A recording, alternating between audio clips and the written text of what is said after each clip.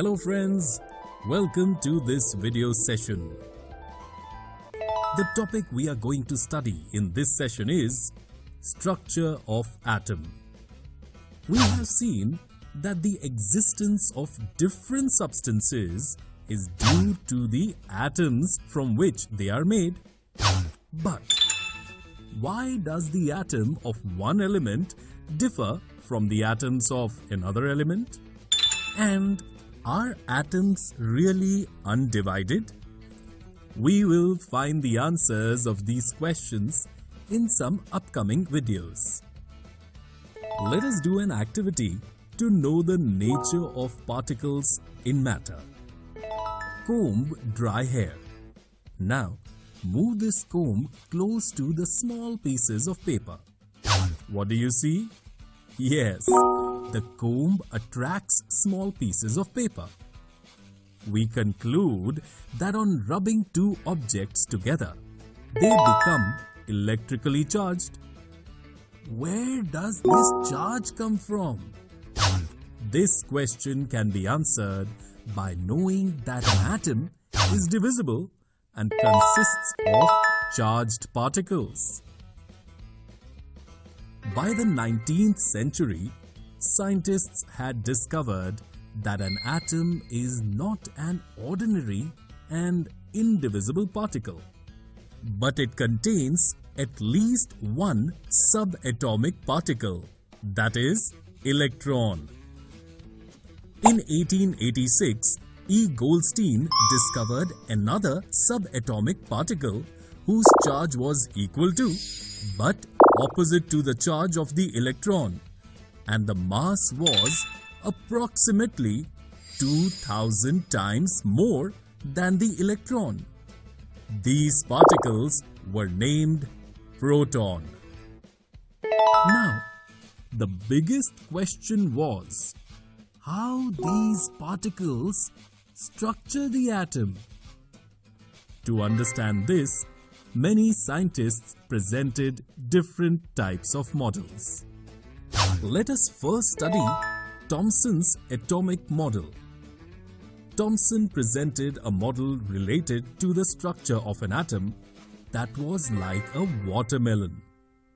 According to this, the positive charge in the atom is spread all over, like the red edible part of the watermelon, while the electrons are studded in the positively charged sphere, like the seeds in the watermelon. Thomson proposed that 1. An atom consists of a positively charged sphere and the electrons are embedded in it. 2. The negative and positive charges are equal in magnitude, so the atom as a whole is electrically neutral. Although Thomson's model explained that atoms are electrically neutral, the results of experiments carried out by other scientists could not be explained by this model. Ernest Rutherford was interested in knowing how the electrons are arranged within an atom. Rutherford designed an experiment for this. In this experiment, fast-moving alpha particles were made to fall on a thin gold foil. 1.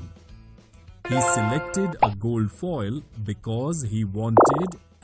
Welcome to our presentation on modern atomic theory. This presentation is designed to enhance our understanding of atoms and their properties. In the early 20th century, Niels Bohr proposed his model of the atom. In the Bohr model, electrons circle the nucleus in predictable orbits. Each orbit has a fixed size and energy level. However, Bohr's model was flawed. It turns out electrons have wave-particle duality, and we cannot know an electron's position and velocity completely at the same time. Because we cannot know both of these things simultaneously, it is impossible to predict an electron's exact trajectory. We can only create a probability distribution of where an electron is likely to be found. Erwin Schrödinger refined Bohr's model using mathematical equations to predict an electron's probability of being in a certain position at a given time. The space described by an electron's probability distribution is now known as an orbital. In this figure, we can see that the probability density of an electron decreases as the distance from the nucleus increases. This means the likelihood of finding an electron is highest closer to the nucleus. Try not to get bogged down in the background explanation. For now, understand that an orbital is a defined volume in space around a nucleus where an electron is likely to be found. There are equations that precisely describe the energy and shapes of the orbitals, but practically, we can use a series of parameters, known as quantum numbers, to summarize and describe our orbitals.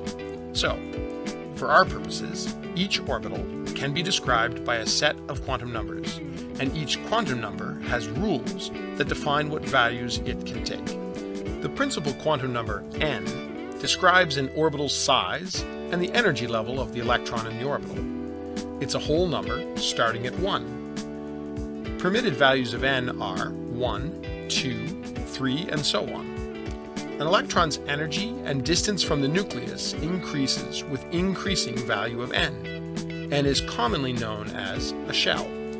The angular momentum quantum number L corresponds to the shape of the orbital. It has permitted values that start at 0 and increase to n minus 1. So, if n is 2, then L can be 0 or 1. The combination of n and L describe the energy level of the electron. L is often referred